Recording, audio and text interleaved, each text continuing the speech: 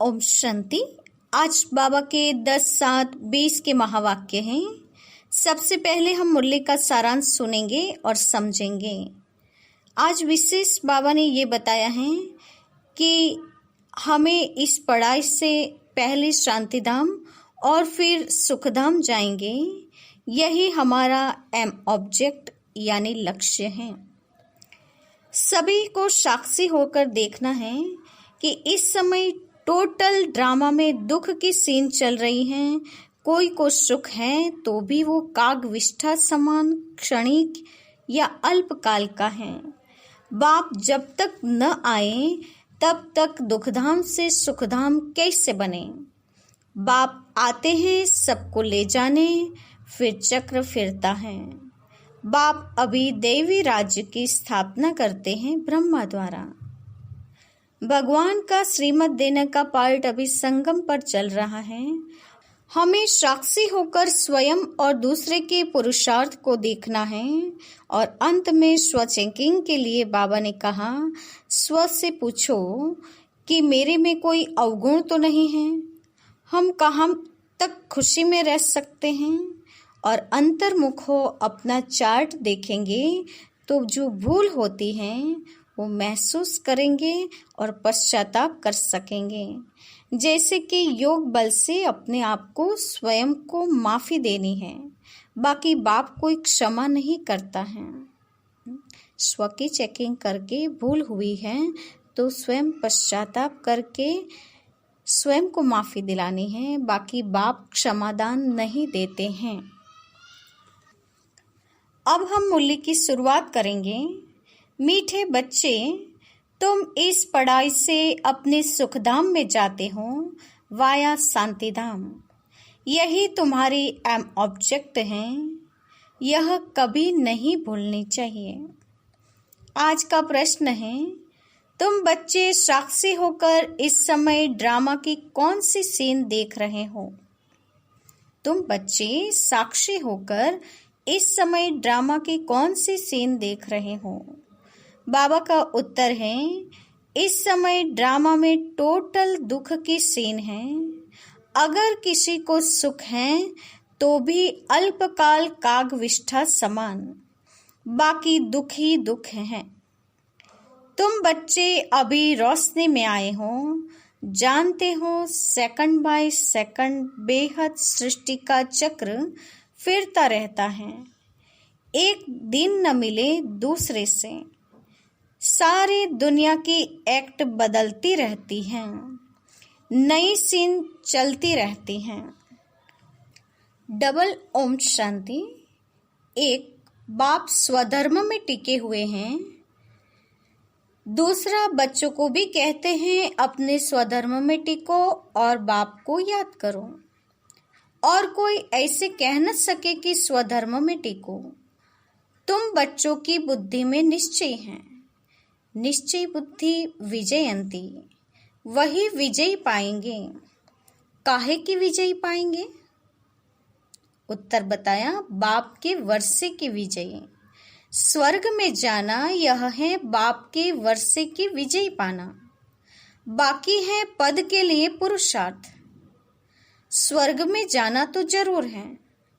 बच्चे जानते हैं यह छी दुनिया है। बहुत अथाह दुख आने वाले हैं। ड्रामा के चक्र को भी तुम जानते हो। अनेक बार बाबा आया हुआ है। पावन बनाए सभी आत्माओं को मच्छर सदृश ले जाने, फिर खुद भी निर्वाण धाम में जाकर निवास करेंगे। आत्माओं की झुंड को ले जाएंगे शिव बाबा और शिव बाबा भी खुद निर्वाण धाम में निवास करेंगे। बच्चे भी जाएंगे। तुम बच्चों को यह तो खुशी रहनी चाहिए। किस बात की खुशी रहनी चाहिए कि इस पढ़ाई से हम अपने सुखधाम जाएंगे वाया शांतिधाम। यह है तुम्हारी एम ऑब्जेक्ट। यह भूलनी नहीं चाहिए। रोज रोज सुनते हो, समझते हो। हमको पतित से पावन बनाने के लिए बाप पढ़ाते हैं। पावन बनने का सहज उपाय बताते हैं याद का। यह भी नई बात नहीं है। लिखा हुआ है, भगवान ने राजयोग सिखाया। सिर्फ भूल कर दी है जो कृष्ण का नाम डाल दिया है। ऐसे भी नहीं है बच्चों को जो नॉलेज मिल रही है वह गीता के सिवाय और कोई शास्त्रों में होगी। बच्चे जानते हैं कोई भी मनुष्य की महिमा है नहीं, जैसे कि बाप की है। एक ऊंचे ते ऊंच शिव बाबा की महिमा से ऊंची और किसी की महिमा नहीं है। बाप न आए तो सृष्टि चक्र ही न फिरे, दुख धाम से सुख धाम कैसे बने। सृष्टि चक्र तो फिरना ही है और बाप को जरूर आना ही है। बाप आते हैं सबको ले जाने, फिर चक्र फिरता है। बाप न आए तो कलयुग से सतयुग कैसे बने। बाकी यह बातें कोई शास्त्रों में नहीं है, राजयोग है ही गीता में। अगर समझे भगवान आबू में आया है तो एकदम भागे मिलने के लिए। सन्यासी भी चाहते तो है ना कि भगवान से मिले। पतित पावन को याद करते हैं वापस जाने के लिए। अभी तुम बच्चे पद्मा पदम भाग्यशाली बन रहे हो। अंडरलाइन पॉइंट, अभी तुम बच्चे पद्मा पदम भाग्यशाली बन रहे हो। क्यों कहा बाबा ने पद्मा पदम भाग्यशाली? क्योंकि जिस भगवान को पाने के लिए, वापिस घर जाने के लिए पतित पावन बाप को सन्यासी भी ढूंढ रहे हैं। वो भी उनसे मिलना चाहते हैं और वो भगवान शिव बाबा हमें सहज मिल गया। तो बाबा ने कहा तुम बच्चे पद्मा पदम भाग्यशाली हो। वहाँ अथाह सुख होते हैं। नई दुनिया में जो देवी देवता धर्म था वह अभी नहीं है। बाप देवी राज्य की स्थापना करते ही हैं ब्रह्मा द्वारा। यह तो क्लियर है। तुम्हारे एम ऑब्जेक्ट ही यह है, इसमें संशय की बात ही नहीं। आगे चलकर समझ ही जाएंगे। राजधानी जरूर स्थापन होती है। आदि सनातन देवी देवता धर्म है। जब तुम स्वर्ग में रहते हो तो इनका नाम ही भारत रहता है। फिर जब तुम नर्क में आते हो तब हिंदुस्तान नाम पड़ता है। यहाँ कितना दुख ही दुख है। फिर यह सृष्टि बदलती है, फिर स्वर्ग में है ही सुखधाम। यह नॉलेज तुम बच्चों को है। दुनिया में मनुष्य कुछ भी नहीं जानते। बाप खुद कहते हैं अभी है अंधियारी रात। रात में मनुष्य धक्के खाते रहते हैं। तुम बच्चे रोशनी में हो। यह भी साक्षी हो बुद्धि में धारण करना है। सेकंड बाय सेकंड बेहद सृष्टि का चक्र फिरता रहता है। एक दिन न मिले दूसरे से। सारी दुनिया की एक्ट बदलती रहती हैं। नई सीन चलती रहती हैं। इस समय टोटल है ही दुख की सीन। अगर सुख है भी तो कागविष्ठा समान। बाकी दुख ही दुख है। इस जन्म में करके सुख होगा, फिर दूसरे जन्म में दुख। अब तुम बच्चों की बुद्धि में यह रहता है अभी हम जाते हैं अपने घर। इसमें मेहनत करनी है। किस बात की मेहनत करनी है? पावन बनने की। श्री श्री ने श्रीमत दी है श्री लक्ष्मी नारायण बनने की। बैरिस्टर मत देंगे, बैरिस्टर भव। अब बाप भी कहते हैं श्रीमत से यह बनो। जैसे बैरिस्टर बनना सिखाता है, वैसे बाबा कहते हैं बाप की श्रीमत है लक्ष्मी नारायण समान बनना है। अपने से पूछना चाहिए मेरे में कोई अवगुण तो नहीं है। इस समय गाते भी हैं मुझ निर्गुण हारे में कोई गुण नाही। आपे ही तरस परोई, तरस अर्थात रहम। बाबा कहते हैं, बच्चे मैं तो किसी पर रहम करता ही नहीं हूँ। रहम तो हर एक को अपने पर करना है। यह ड्रामा बना हुआ है।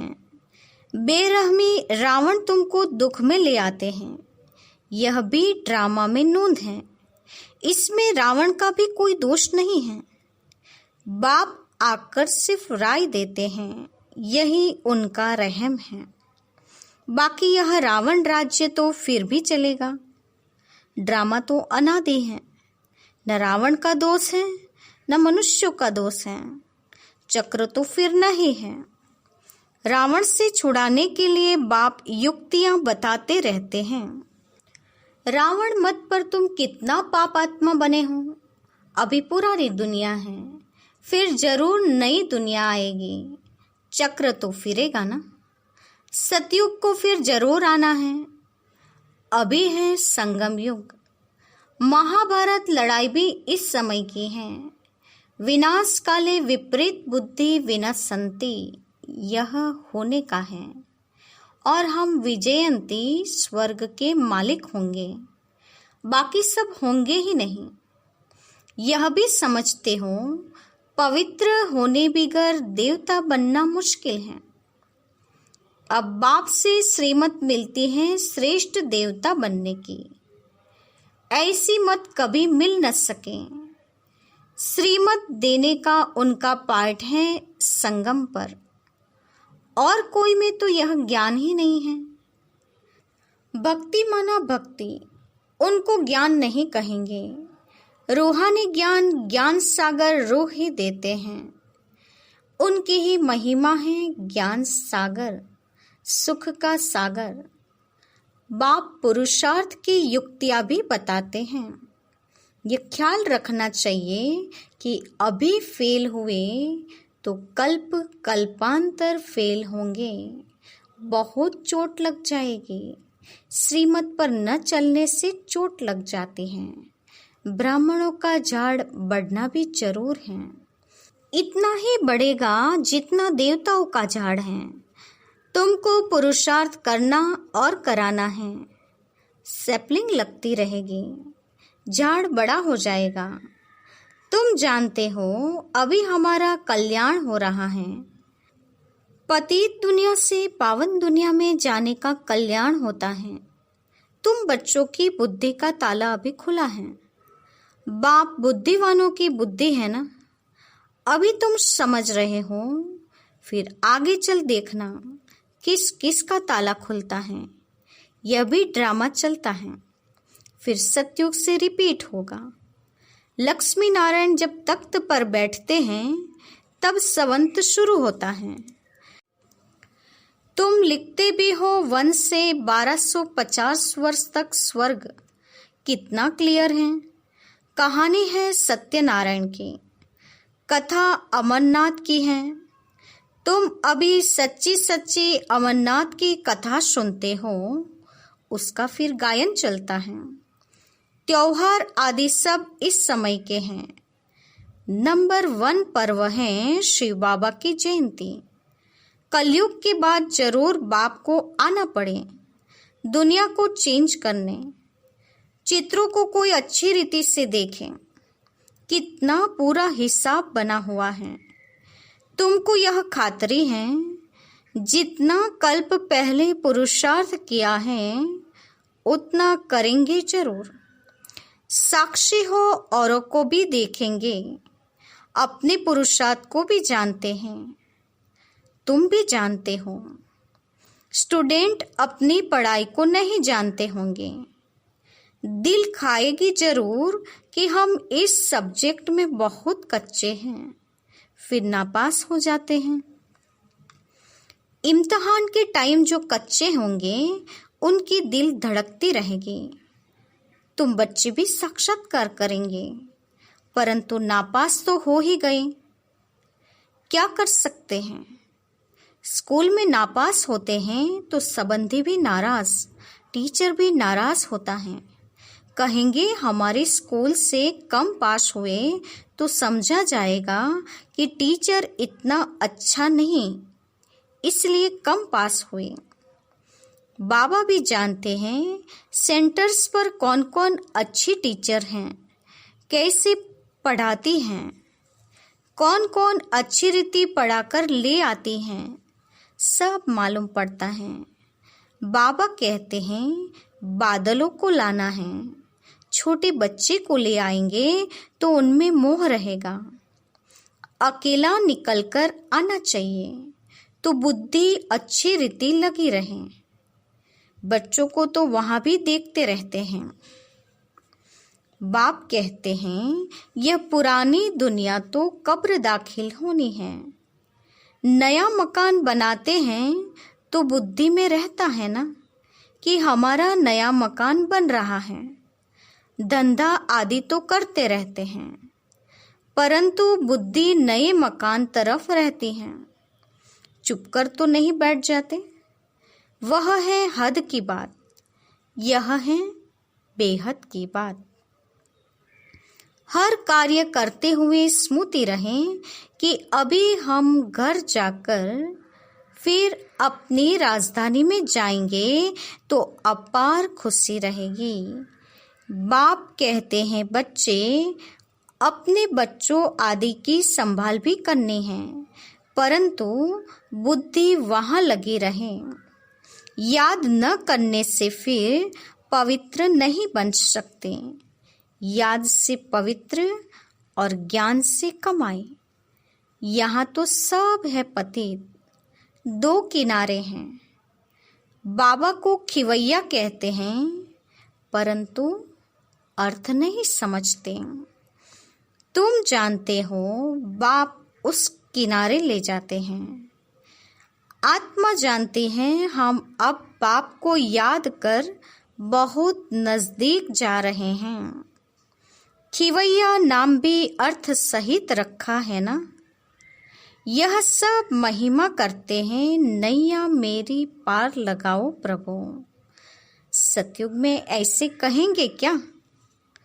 कलयुग में ही पुकारते हैं। तुम बच्चे समझते हो, बेसमझ को तो यहाँ आना ही नहीं है। बाप की सख्त मना है। निश्चय नहीं तो कभी नहीं ले आना चाहिए। कुछ भी समझेंगे नहीं। पहले तो 7 रोज का कोर्स दो। कोई तो 2 रोज में भी तीर लग जाता है। अच्छा लग गया तो फिर छोड़ेंगे थोड़ी। कहेंगे हम 7 रोज और भी सीखेंगे। तुम जट समझ जाएंगे यह इस कुल का है। तेज बुद्धि जो होंगे वह कोई बात की परवाह नहीं करेंगे। अच्छा, एक नौकरी छूट जाएगी, दूसरे मिलेगी। बच्चे दिल वाले जो होते हैं उनकी नौकरी आदि छूटती ही नहीं है। खुद ही वंडर खाते हैं। बच्चियां कहती हैं हमारे पति की बुद्धि फेरो। अब बाबा कहते हैं मुझे मत कहो। तुम योग बल में रह, फिर बैठ ज्ञान समझाओ। बाबा थोड़ी ही बुद्धि को फेरेंगे। फिर तो सभी ऐसे धंधे करते रहेंगे। जो रस्म निकलती हैं उसको पकड़ लेते हैं। कोई गुरु से किसको फायदा हुआ सुना तो बस उनके पीछे पड़ जाते हैं। नई आत्मा आती है तो उनकी महिमा तो निकलेगी ना। फिर बहुत फॉलोअर्स बन पड़ते हैं। इसलिए इन सब बातों को देखना नहीं है। तुमको देखना है अपने को। हम कहाँ तक पढ़ते हैं? यह तो बाबा डिटेल में जैसे चिटचैट करते हैं। बाकी सिर्फ कह देना बाप को याद करो, यह तो घर में भी रहकर कर सकते हो। लेकिन ज्ञान सागर हैं तो जरूर ज्ञान भी देंगे ना। यह है मुख्य बात, मन मना भव। साथ में सृष्टि के आदि मध्य अंत का राज भी समझाते हैं। चित्र भी तो इस समय बहुत अच्छे अच्छे निकले हैं। उनका भी अर्थ बाप समझाते हैं। विष्णु की नाभि से ब्रह्मा को दिखाया है। त्रिमूर्ति भी हैं, फिर विष्णु की नाभि से ब्रह्मा, यह फिर क्या है? बाप बैठ समझाते हैं या राइट हैं या रॉन्ग हैं। मनोमय चित्र भी ढेर बनाते हैं ना। कोई कोई शास्त्रों में चक्र भी दिखाया है, परंतु कोई ने कितनी आयु लिख दी है और कोई ने कितनी। अनेक मत है ना। शास्त्रों में हद की बातें लिख दी हैं। बाप बेहद की बात समझाते हैं कि सारी दुनिया में है रावण राज्य। यह तुम्हारी बुद्धि में ज्ञान है। हम कैसे पतित बने, फिर पावन कैसे बनते हैं। पीछे फिर और धर्म आते हैं। अनेक वैरायटी हैं, एक न मिले दूसरे से। एक जैसे फीचर्स वाले दो हो न सके। यह बना बनाया खेल जो रिपीट होता रहता है। बाप बच्चों को बैठ समझाते हैं। टाइम थोड़ा होता जाता है।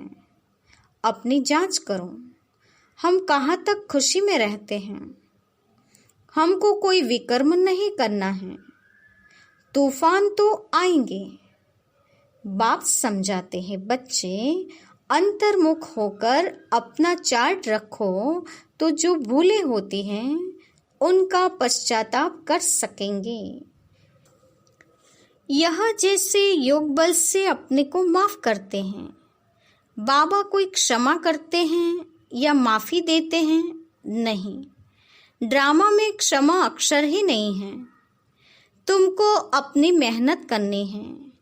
पापों का दंड मनुष्य खुद ही भोगते हैं। क्षमा की बात ही नहीं। बाप कहते हैं हर बात में मेहनत करो। बाप बैठ युक्ति बताते हैं आत्माओं को। बाप को बुलाते हो पुराने रावण के देश में आओ। हम पतितों को आकर पावन बनाओ, परंतु मनुष्य समझते नहीं। वह है आसुरी संप्रदाय। तुम हो ब्राह्मण संप्रदाय, दैवी संप्रदाय बन रहे हो। पुरुषार्थ भी बच्चे नंबर वार करते हैं, फिर कह देते इनकी तकदीर में इतना ही है। अपना टाइम वेस्ट करते हैं। जन्म जन्मांतर कल्प कल्पांतर उच्च पद पा नहीं सकेंगे। अपने को घाटा नहीं डालना चाहिए, क्योंकि अभी जमा होता है, फिर घाटे में चले जाते हो। रावण राज्य में कितना घाटा होता है। अच्छा, मीठे मीठे सिकिलदे बच्चों के प्रति माता पिता बाप दादा का याद प्यार और गुड मॉर्निंग। रूहानी बाप की रूहानी बच्चों को नमस्ते। हम रूहानी बच्चों की रूहानी माता पिता बाप दादा को याद प्यार और नमस्ते।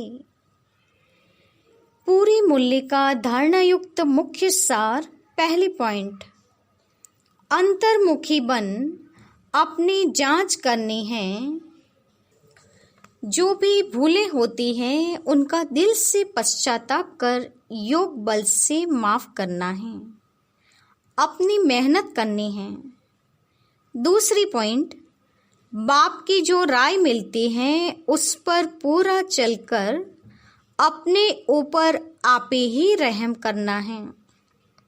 साक्षी हो, अपने व दूसरों के पुरुषार्थ को देखना है। कभी भी अपने आप को घाटा नहीं डालना है।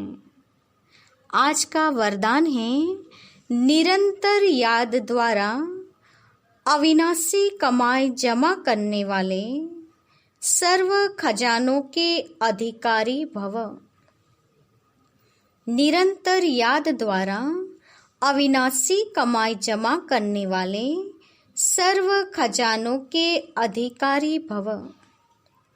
वरदान का स्पष्टीकरण है, निरंतर याद द्वारा हर कदम में कमाई जमा करते रहो तो सुख, शांति, आनंद, प्रेम, इन सब खजानों के अधिकार का अनुभव करते रहेंगे। कोई कष्ट अनुभव नहीं होंगे। संगम पर ब्राह्मणों को कोई कष्ट हो नहीं सकता। यदि कोई कष्ट आता भी है तो बाप की याद दिलाने के लिए, जैसे गुलाब के पुष्प के साथ कांटा उनके बचाव का साधन होता है, वैसे यह तकलीफें और ही बाप की याद दिलाने के निमित्त बनती हैं। तो निरंतर याद द्वारा अविनाशी कमाई जमा करके प्रेम, सुख, शांति, आनंद, ये सारे खजानों के अधिकारी बन जाना है। बाबा ने कहा कोई कष्ट भी है तो वो कष्ट, वो विघ्न, वो तकलीफ बाप की याद दिलाने के लिए आए हैं, ऐसा समझकर चलना है। आज का स्लोगन है, स्नेह रूप का अनुभव तो सुनाते हो, अब शक्ति रूप का अनुभव सुनाओ। स्नेह रूप का अनुभव तो सुनाते हो, अभी शक्ति रूप का अनुभव सुनाओ। आज की मुख्य पॉइंट्स हैं, स्वधर्म में टिककर स्वयं को भी और बाप को भी याद करो। एम ऑब्जेक्ट यानी शांतिधाम, सुखधाम जाना है तो उसका आधार पढ़ाई है। अभी टोटल दुख की सीन चल रही है, अगर सुख है तो वो भी कागविष्ठा के समान है। अभी तुम बच्चे पद्मा पदम भाग्यशाली बन रहे हो। बैरिस्टर की मत होगी, बैरिस्टर भवा। अभी बाप कहते हैं श्रीमत से देवी देवता बनो। बाप कहते हैं मैं किसी पर रहम नहीं करता। तुम बच्चों को अपने आप पर रहम करना है। साक्षी होकर स्वयं की पुरुषार्थ को भी देखना है और साक्षी होकर औरों के पुरुषार्थ को भी देखना है। योग बल को जमा कर फिर ज्ञान सुनाना है और अंत में निरंतर याद द्वारा हर कदम में कमाई जमा करनी है। यदि कोई कष्ट आते भी हैं तो वो बाप की याद दिलाने के निमित्त बनते हैं, ऐसा समझना है। स्नेह रूप के साथ साथ शक्ति रूप का अनुभव भी सुनाओ। अच्छा, ओम शांति।